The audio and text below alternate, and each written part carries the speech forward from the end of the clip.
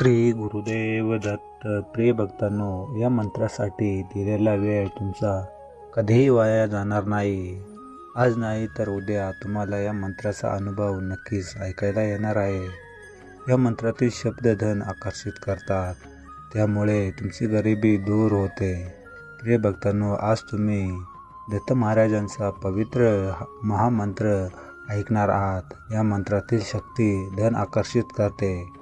हा केवळ आवाज नाही तर तुमच्या घराचा सकारात्मक ऊर्जा बोलवण्याचा एक स्रोत आहे. या मंत्रातून तुम्हाला दत्त महाराजांचा आशीर्वाद प्राप्त होतो.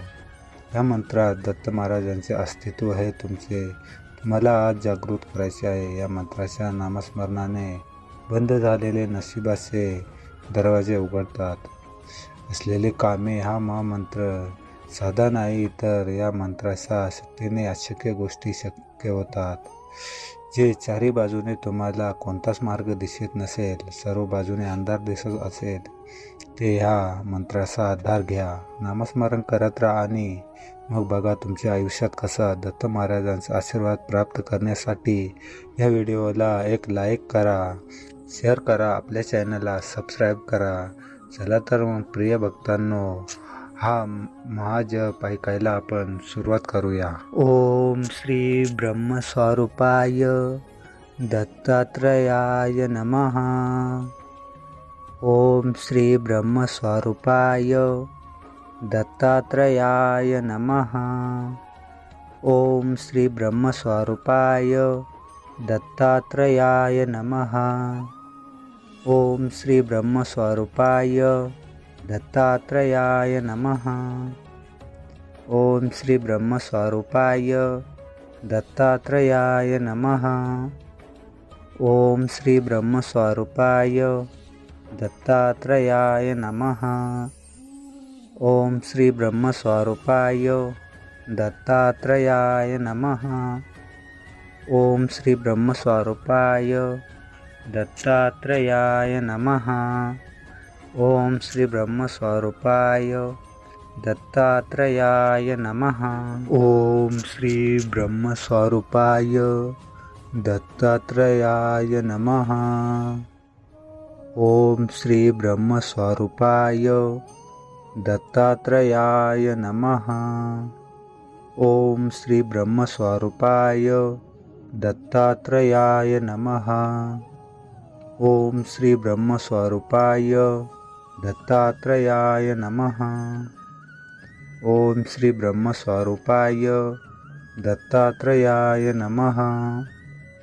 ओम श्री ब्रह्मस्वरूपाय दत्तात्रेयाय नमः. ओम श्री ब्रह्मस्वरूपाय दत्तात्रेयाय नमः. ओम श्री ब्रह्मस्वरूपाय दत्तात्रेयाय नमः. ओम श्री ब्रह्मस्वरूपाय दत्तात्रेयाय नमः. ओम श्री ब्रह्मस्वरूपाय दत्तात्रेयाय नमः. ओम श्री ब्रह्मस्वरूपाय दत्तात्रेयाय नमः. ओम श्री ब्रह्मस्वरूपाय दत्तात्रेयाय नमः. ओम श्री ब्रह्मस्वरूपाय दत्तात्रेयाय नमः. ओम श्री ब्रह्मस्वरूपाय दत्तात्रेयाय नमः. ओम श्री ब्रह्मस्वरूपाय दत्तात्रेयाय नमः. ओम श्री ब्रह्मस्वरूपाय दत्तात्रेयाय नमः. ओम श्री ब्रह्मस्वरूपाय दत्तात्रेयाय नमः. ओम श्री ब्रह्मस्वरूपाय दत्तात्रेयाय नमः. ओम श्री ब्रह्मस्वरूपाय दत्तात्रेयाय नमः. ओम श्री ब्रह्मस्वरूपाय दत्तात्रेयाय नमः.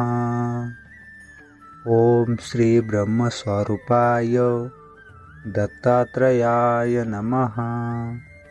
ओम श्री ब्रह्मस्वरूपाय दत्तात्रेयाय नमः. ओम श्री ब्रह्मस्वरूपाय दत्तात्रेयाय नमः. ओम श्री ब्रह्मस्वरूपाय दत्तात्रेयाय नमः. ओम श्री ब्रह्मस्वरूपाय दत्तात्रेयाय नमः। ओम श्री ब्रह्मस्वरूपाय दत्तात्रेयाय नमः। ओम श्री ब्रह्मस्वरूपाय दत्तात्रेयाय नमः। ओम श्री ब्रह्मस्वरूपाय दत्तात्रेयाय नमः। ओम श्री ब्रह्मस्वरूपाय दत्तात्रेयाय नमः। ओम श्री ब्रह्मस्वरूपाय दत्तात्रेयाय नमः। ओम श्री ब्रह्मस्वरूपाय दत्तात्रेयाय नमः। ओम श्री ब्रह्मस्वरूपाय दत्तात्रेयाय नमः। ओम श्री ब्रह्मस्वरूपाय दत्तात्रेयाय नमः। ओम श्री ब्रह्मस्वरूपाय दत्तात्रेयाय नमः। ओम श्री ब्रह्मस्वरूपाय दत्तात्रेयाय नमः। ओम श्री ब्रह्मस्वरूपाय दत्तात्रेयाय नमः। ओम श्री ब्रह्मस्वरूपाय दत्तात्रेयाय नमः। ओम श्री ब्रह्मस्वरूपाय दत्तात्रेयाय नमः। ओम श्री ब्रह्मस्वरूपाय दत्तात्रेयाय नमः। ओम श्री ब्रह्मस्वरूपाय दत्तात्रेयाय नमः। ओम श्री ब्रह्मस्वरूपाय दत्तात्रेयाय नमः। ओम श्री ब्रह्मस्वरूपाय दत्तात्रेयाय नमः। ओम श्री ब्रह्मस्वरूपाय दत्तात्रेयाय नमः। ओम श्री ब्रह्मस्वरूपाय दत्तात्रेयाय नमः। ओम श्री ब्रह्मस्वरूपाय दत्तात्रेयाय नमः। ओम श्री ब्रह्मस्वरूपाय दत्तात्रेयाय नमः। ओम श्री ब्रह्मस्वरूपाय दत्तात्रेयाय नमः। ओम श्री ब्रह्मस्वरूपाय दत्तात्रेयाय नमः। ओम श्री ब्रह्मस्वरूपाय दत्तात्रेयाय नमः। ओम श्री ब्रह्मस्वरूपाय दत्तात्रेयाय नमः। ओम श्री ब्रह्मस्वरूपाय दत्तात्रेयाय नमः। ओम श्री ब्रह्मस्वरूपाय दत्तात्रेयाय नमः। ओम श्री ब्रह्मस्वरूपाय दत्तात्रेयाय नमः। ओम श्री ब्रह्मस्वरूपाय दत्तात्रेयाय नमः।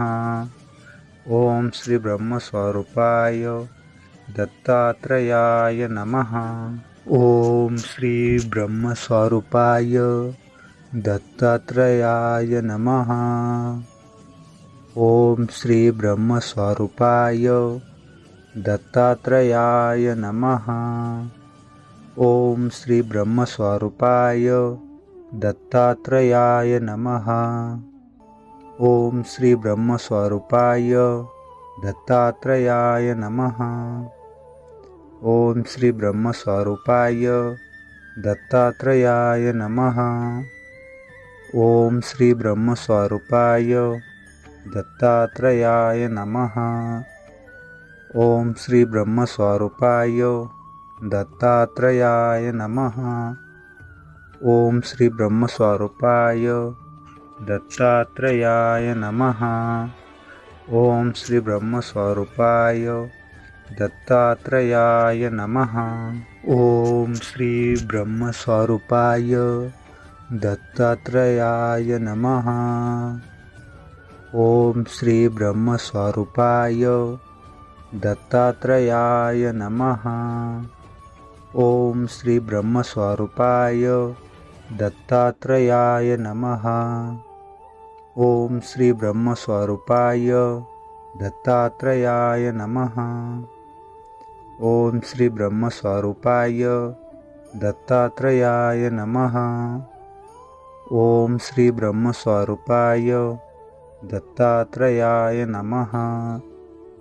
ओम श्री ब्रह्मस्वरूपाय दत्तात्रेयाय नमः। ओम श्री ब्रह्मस्वरूपाय दत्तात्रेयाय नमः। ओम श्री ब्रह्मस्वरूपाय दत्तात्रेयाय नमः। ओम श्री ब्रह्मस्वरूपाय दत्तात्रेयाय नमः। ओम श्री ब्रह्मस्वरूपाय दत्तात्रेयाय नमः। ओम श्री ब्रह्मस्वरूपाय दत्तात्रेयाय नमः। ओम श्री ब्रह्मस्वरूपाय दत्तात्रेयाय नमः। ओम श्री ब्रह्मस्वरूपाय दत्तात्रेयाय नमः। ओम श्री ब्रह्मस्वरूपाय दत्तात्रेयाय नमः। ओम श्री ब्रह्मस्वरूपाय दत्तात्रेयाय नमः। ओम श्री ब्रह्मस्वरूपाय दत्तात्रेयाय नमः।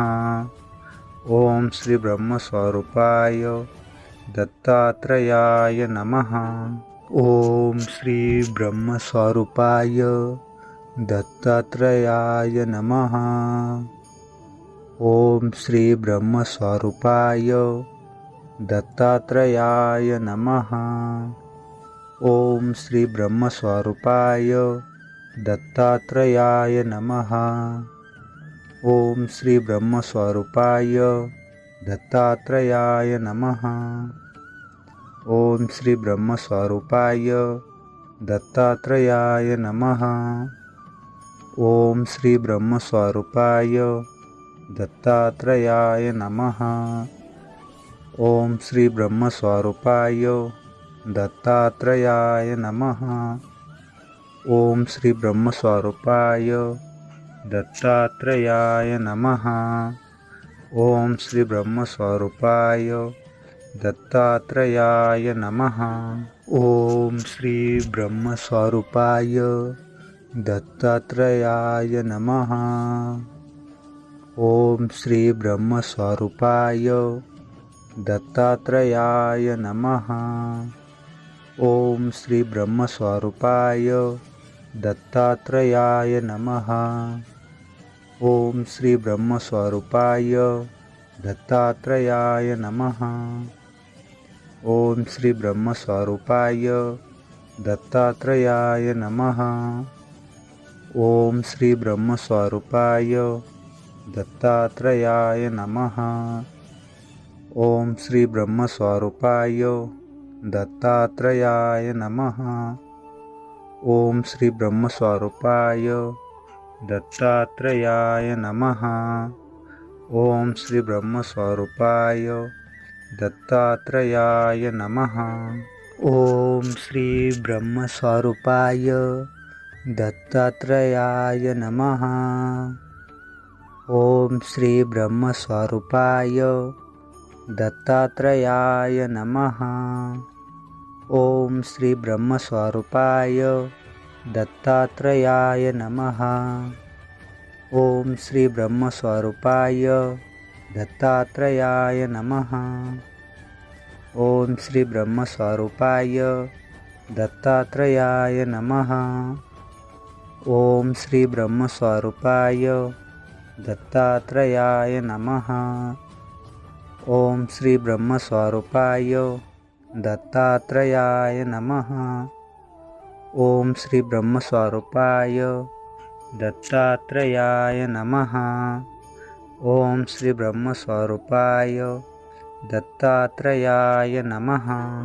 ओम श्री ब्रह्मस्वरूपाय दत्तात्रेयाय नमः। ओम श्री ब्रह्मस्वरूपाय दत्तात्रेयाय नमः।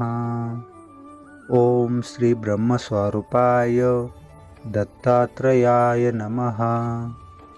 ओम श्री ब्रह्मस्वरूपाय दत्तात्रेयाय नमः।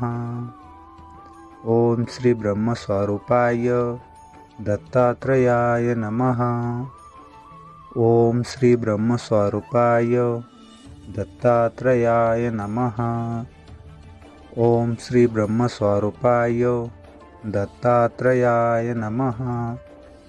ओम श्री ब्रह्मस्वरूपाय दत्तात्रेयाय नमः। ओम श्री ब्रह्मस्वरूपाय दत्तात्रेयाय नमः।